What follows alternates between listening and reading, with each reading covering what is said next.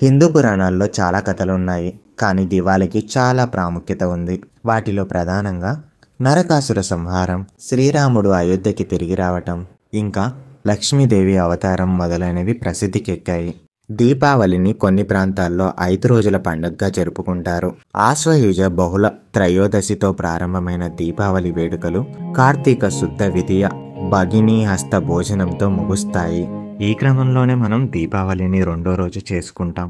Deepavali only ఇండియాలోనే జరుపుకుంటారని అనుకుంటే మీరు పప్పులో కాలేసినట్టే. దీపావళిని ప్రపంచవ్యాప్తంగా జరుపుకుంటారు. అందులో నేపాల్ కూడా ఉంది.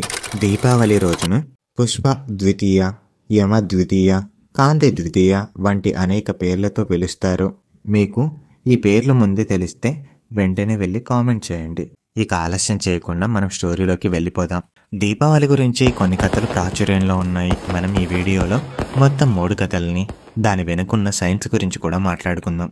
మనం ముందుగా నరకాసుర వధకి దీపావళికి మధ్య ఉన్న సంబంధం గురించి తెలుసుకుందాం. పూర్వం ఘోరమైన తపస్సు చేసిన నరకాసురుడు చాలా శక్తివంతంగా మారతాడు. అతడు తన శక్తితో ముల్లోకాలాన్ని గుప్పిట్లో పెట్టుకుంటాడు. ఆ బాధలు భరించలేని మునులు, దేవతలు శ్రీహరిని కాపాడమని శరణు వేడుతారు. అప్పుడు శ్రీహరి కృష్ణుడిగా అవతరించి తన భార్య సతీమణి సహాయంతో నరకాసురుణ్ణి సంహరిస్తాడు. దానికి కూడా ఒక రీజన్ ఉందండోయ్. ఆ నరకాసురుడు ఒక స్త్రీ చేతిలోనే మృతి చెందాలనే వరం కోరుకున్నాడు. అందుకే యుద్ధం చేస్తూనే ఆ శ్రీకృష్ణ పరమాత్మ నిద్రలోకి జారుకుంటాడు. దాంతో సత్యభామ ఆయుధాలు తీసుకుని నరకాసురుడితో యుద్ధం చేసి అతన్ని సంహరిస్తుంది. ఎన్నో ఏళ్లుగా పట్టి పీడిస్తున్న శని వదలటంతో ప్రజలు నరకాసురుడి వధకి గుర్తుగా దీపాలను వెలిగించి ఆనందించారు. అంతేకాకుండా దీపావళికి మరో అర్థం దీపాల వరుస అని కూడా అంటూ ఉంటారు. పేరేదైనా భావం మాత్రం ఒకటే. ఇది సరే, మరి రాముడికి దీపావళికి ఉన్న సంబంధం ఏంటి? అది కూడా తెలుసుకుందాం. రామాయణం ప్రకారం రావణాసురుడిని సంహరించిన శ్రీరాముడు సీత మరియు లక్ష్మణులతో కలిసి 14 సంవత్సరాల వనవాసం పూర్తి చేసుకుని అయోధ్యకి తిరిగి వస్తాడు. ఆ రోజున ప్రజలందరూ దీపాలతో నగరం మొత్తం వెలిగించి రాముడికి ఘన స్వాగతం పలుకుతారు. ఇలా చెడు పైన మంచి గెలిచిన సందర్భాన్ని గుర్తు చేసుకుంటూ దీపావళి వచ్చిందని కూడా చెప్తూ ఉంటారు.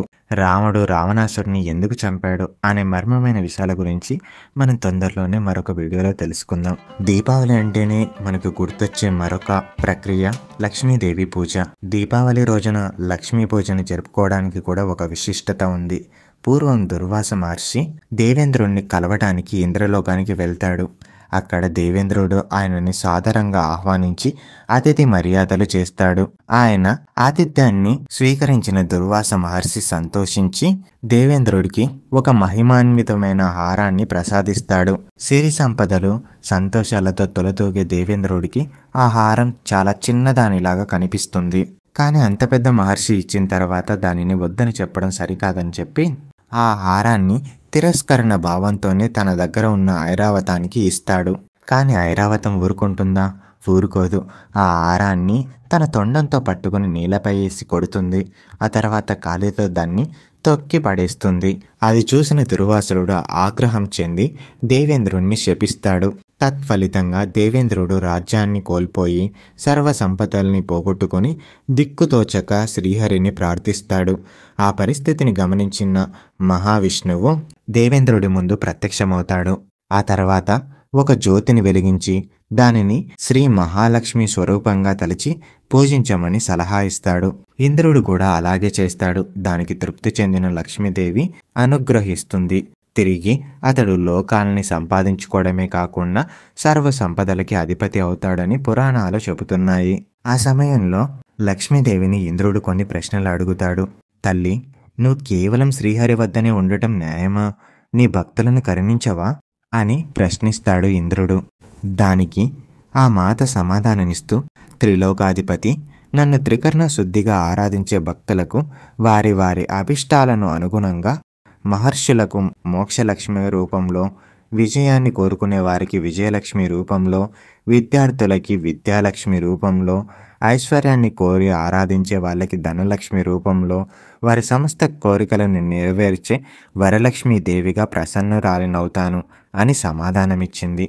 అందుచేత దీపావళి రోజున మహాలక్ష్మిని పూజించే వారికి సర్వ సంపదలు చేరుతాయని విశ్వాసం. మరీ ముఖ్యంగా దీపావళి పండగ చీకటి మీద వెలుగు సాధించే విజయాన్ని సూచిస్తుంది. అజ్ఞానం అనే చీకటి నుండి విజ్ఞానం అనే వెలుగులోకి అందరినీ తీసుకొచ్చే సందేశాన్ని ఈ పండగ ఇస్తుంది. లక్ష్మీదేవిని పూజించడం ద్వారా ఐశ్వర్యాన్ని కోరుకోవడమే ప్రధాన ఉద్దేశం. మరీ ముఖ్యంగా పంచభూతాలలో ప్రధానమైనది అగ్ని. ఈ అగ్ని ప్రాణకోటి మనుగడకి ఉపకరించే ఒక తేజస్సును, ఆహారాన్ని వండుకోవడానికి శక్తిని, విజ్ఞానము పంచే ధర్మయాగాలను, దేవుడిని దగ్గర చేసే ఆధ్యాత్మికతను ప్రసాదిస్తుంది. ఈ దీపాలను వెలిగించడం ద్వారా మనకి 3 రంగులు ప్రధానంగా కనిపిస్తాయి. అవే నీలం, పసుపు, తెలుపు. ఈ 3 రంగులు మనిషిలో ఉన్న సత్వగుణం, రజోగుణం, తమో గుణాలకి సమ్మేళనంగా ఆర్యులు చెబుతూ ఉంటారు. ఈ 3 రంగులు జగతిని పాలించే లక్ష్మి, సరస్వతి, దుర్గలకు ప్రతీకలుగా కూడా భావిస్తూ ఉంటారు. అంతేకాక సత్యం, శివం, సుందరం, పరమాత్మలని ఆరాధించినట్లుగా కూడా చెప్తూ ఉంటారు. మనం వీటి ద్వారా అర్థం చేసుకోవాల్సిన విషయాలు ఏంటి అంటే, మానవుల్లో ఉండే విజ్ఞానం, వివేకం, వినయం ఈ 3 రంగుల ద్వారా సందేశాత్మకంగా వెలువడతాయి. అంధతమిశ్రం చ దక్షిణాయనమేవ చ ఉత్తరాయణే తస్మాత్ జ్యోతిర్దానం ప్రశస్త్వతే. ఈ శ్లోకం అర్థం ఏంటంటే, అంధ తపస్సు అనేది ఒక నరకం, దక్షిణాయనం పాపకాలం నుండి తప్పించుకొని పుణ్యాన్ని కూడగట్టుకోవడానికి ఉత్తరాయణ పుణ్యకాలంలో జ్యోతిని వెలిగిస్తారు. ఇది అతి శ్రేష్టమైన కర్మగా హైందవులు భావిస్తారు.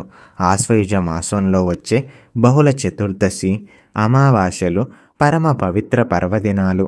భక్తి విశ్వాసాలతో, ఆనందోత్సాహాలతో దేశమంతటా పిల్లలు, పెద్దలు అందరూ కలిసి జరుపుకునే పండగ. అందుకే మన పెద్దలు ఆ రోజుని దీపావళిగా చేసుకోవాలని నిర్ణయించారు. దివ్వీ దీపావళి, మళ్ళీ వచ్చే నాగుల చవితి అంటూ చిన్నపిల్లలంతా గోగునార కట్టలని చిన్న చిన్న గుడ్డ ముక్కలకి కట్టి వెలిగించి దిష్టి తీయడాన్ని మన సాంప్రదాయంగా కొన్ని ప్రాంతాల్లో చూస్తూ ఉంటాం. సాయంత్రం ప్రదోష సమయంలో దీపాలు వెలిగించి ముందుగా పిల్లలు దక్షిణ దిశగా నిలబడి దీపం వెలిగించడాన్ని ఉల్కదానం అంటారు. ఈ దీపం పితృదేవతలకి దారి చూపుతుందని శాస్త్రాలు చెబుతున్నాయి. ఈ దీపం వెలిగించిన తర్వాత కాళ్ళు కడుక్కొని ఇంటి లోపలికి వచ్చి తీపి పదార్థాలు తింటారు. ఆ తర్వాత పూజా గృహంలో నువ్వుల నూనె ప్రమిదల్ని వెలిగించి దీపలక్ష్మికి నమస్కరించి కలశం పైన లక్ష్మీదేవిని ఆవాహన చేసి విధి విధానంగా పూజిస్తారు. పూజ అనంతరం అందరూ ఉత్సాహంగా బాణసంచా కాల్చడానికి సంసిద్ధులవుతారు. చిచ్చుబుడ్లు, విష్ణు చక్రాలు, భూచక్రాలు, మతాబులు, కాకర పువ్వొత్తులు, కళ్ళు మిరుమిట్లు కొలిపే రాకెట్లు, మరోపక్క సీమ టపాకాయల డమడమ ధ్వనులతో మారు మోగుతూ ఉంటాయి. ఈ విధంగా బాణసంచా కాల్చడానికి కూడా ఒక ప్రయోజనం చెప్పబడిందని పురాణాలలో ఉంది. ఈ విధంగా బాణసంచా కాల్చడం వల్ల ఆ వెలుగులకి, శబ్ద తరంగాలకి దారిద్ర్యం, దుఃఖం దూరంగా వెళ్ళిపోయి లక్ష్మీ కటాక్షం సిద్ధిస్తుందని చెబుతారు. అంతేకాకుండా వర్ష ఋతువులో ఏర్పడిన తేమ వల్ల పుట్టుకొచ్చే క్రిమికీటకాలు బాణసంచా, పొగ వలన నశిస్తాయి. దీపావళి వల్ల కొంత కాలుష్యం ఉన్న మాట నిజమే, కానీ దాని వెనుక శాస్త్ర ప్రమాణంగా, సైన్స్ ప్రమాణంగా ఎన్నో అద్భుతమైన విషయాలు ఉన్నాయి. కానీ ఏదైనా మితంగా ఉన్నంత వరకే మంచిది. కాబట్టి అందరూ దీపావళిని సంతోషంగా జరుపుకోండి.